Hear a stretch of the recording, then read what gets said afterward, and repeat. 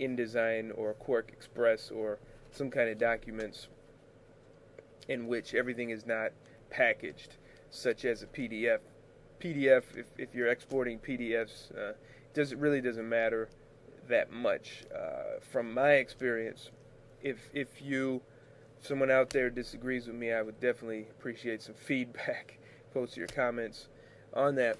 So, LZW, pixel order, this can change the size, I've noticed sometimes, but I generally leave it at interleaved. IBM PC's fine, Macintosh. Most PCs now, I think, can open Mac versions, but don't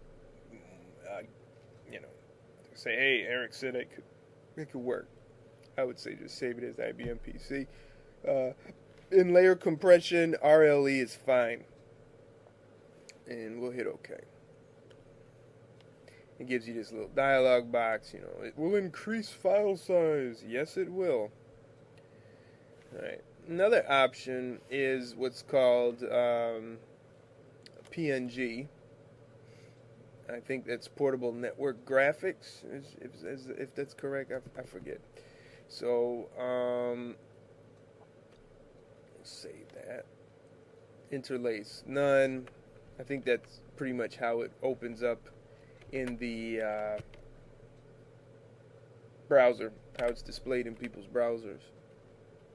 So let's open now the PNG.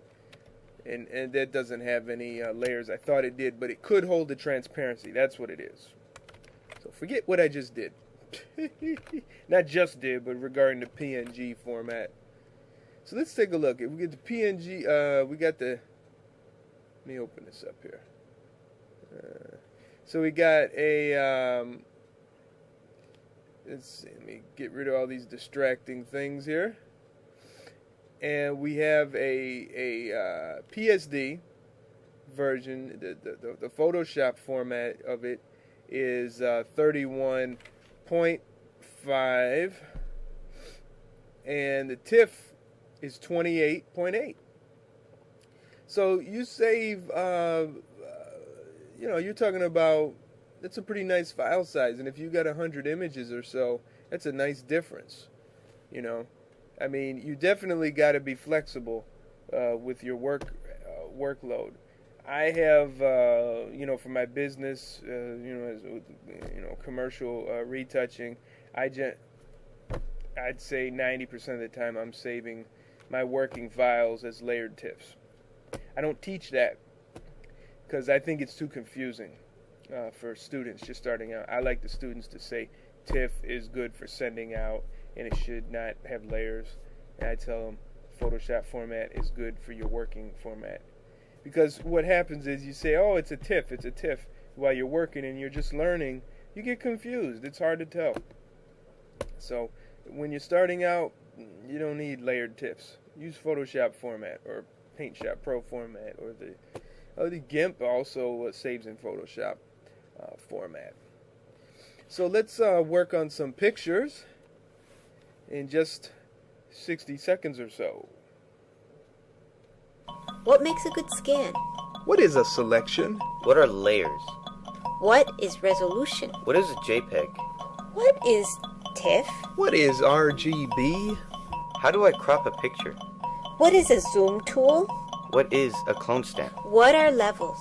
My name is Eric Basir, and I have produced this unique photo restoration and retouching foundations video course to answer all these questions and more. In my classes and workshops, I have taught hundreds how to preserve and restore their personal photographic collections with Adobe Photoshop and Adobe Photoshop Elements. Now you can have me as your personal instructor in this 10-lesson course. After studying the videos and easy-to-read workbook, you'll finish with a firm foundation of how to use Adobe Photoshop or any other photo editing program confidently and correctly.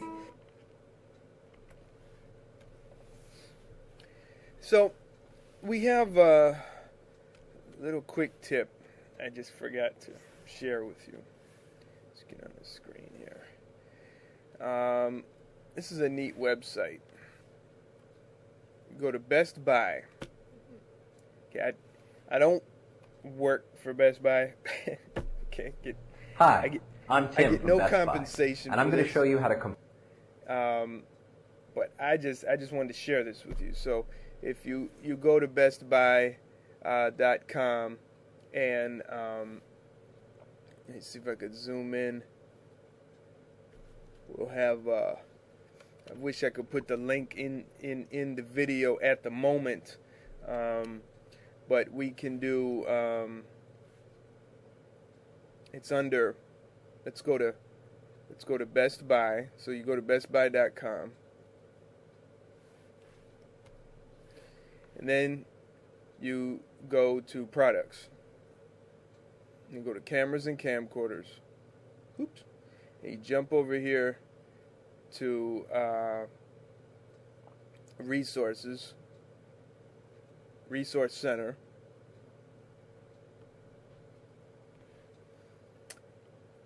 And they have great videos and tips on how to take pictures, how to edit your pictures, and how to share them.